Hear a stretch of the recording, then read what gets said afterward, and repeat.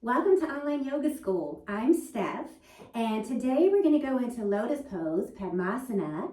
So you'll need a block possibly and some blankets. So let's hop to the mat and get into a little Lotus action. So the first thing to consider is, should I even be practicing Lotus? Is this a safe posture for me? Lotus is not safe for everybody. And if it's not safe for you, it's not a bad thing. It's just something to be aware of. So if you've had like a hip injury, a knee injury, an ankle injury, if you have nerve issues, you want to stay away from Lotus. And then the next question you ask yourself is, am I ready for Lotus? So if you can completely close the knee joint, you might be ready for Lotus. So what does that mean?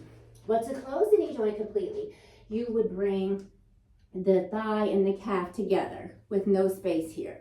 One thing that might stop the knee joint from closing completely is shortened quads, if your quadriceps aren't long enough. So if that's the case, you can practice hero pose and work on lengthening the quads. And if you need modifications or instructions for hero pose, I'll link that to this video. Another thing that could cause the knee joint not to close completely is compression here with the soft tissue.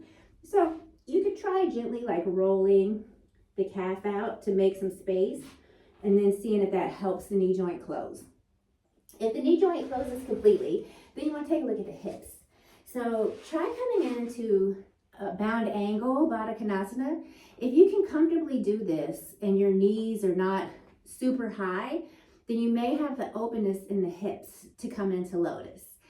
So if you need tips for Baddha Konasana modifications, I'll also link that video. Because when you're coming into Lotus, there's this external rotation of the hip. There's also an internal rotation of the hip as we come into the posture.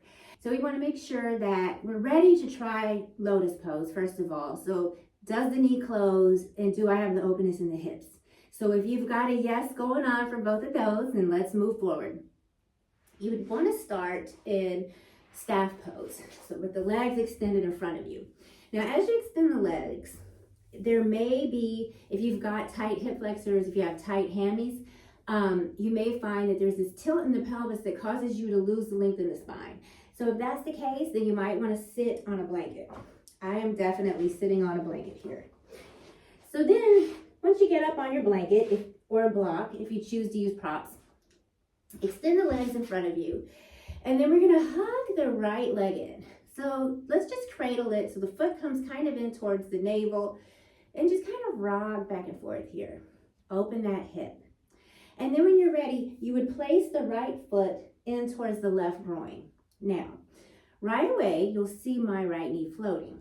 So you can take a block or blankets if this happens and bring it under the knee. You never want to force the knee down to the ground. It's much better to bring the floor up to the knee here. And then we'll take the left leg and do the same. So you'll bring the left foot in towards the right groin. And if you need blankets underneath the left knee, by all means, get yourself set up.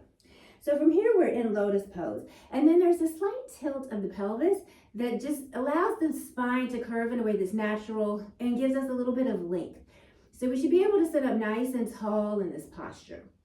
Okay, so Lotus Pose is a great hip opener. It's a really deep hip opener, and it's also calming for the brain, and it's great for our spine, great for our posture.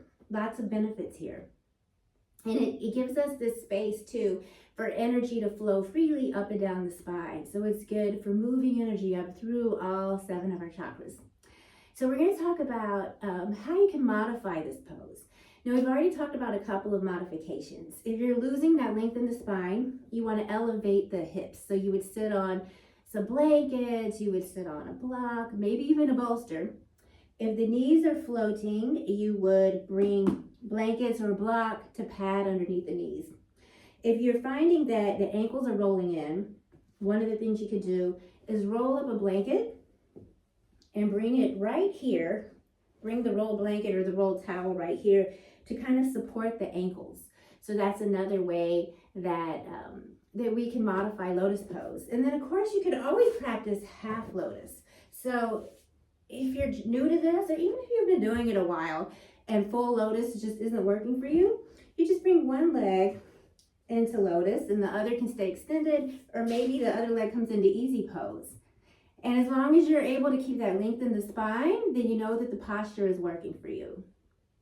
So thank you so much for practicing with me today. The light in me, of course, honors the light in you. And I send you much gratitude. If you haven't already, please subscribe to our YouTube channel. And let's talk in the comments. Let me know what modifications you liked best for your body in Lotus Pose.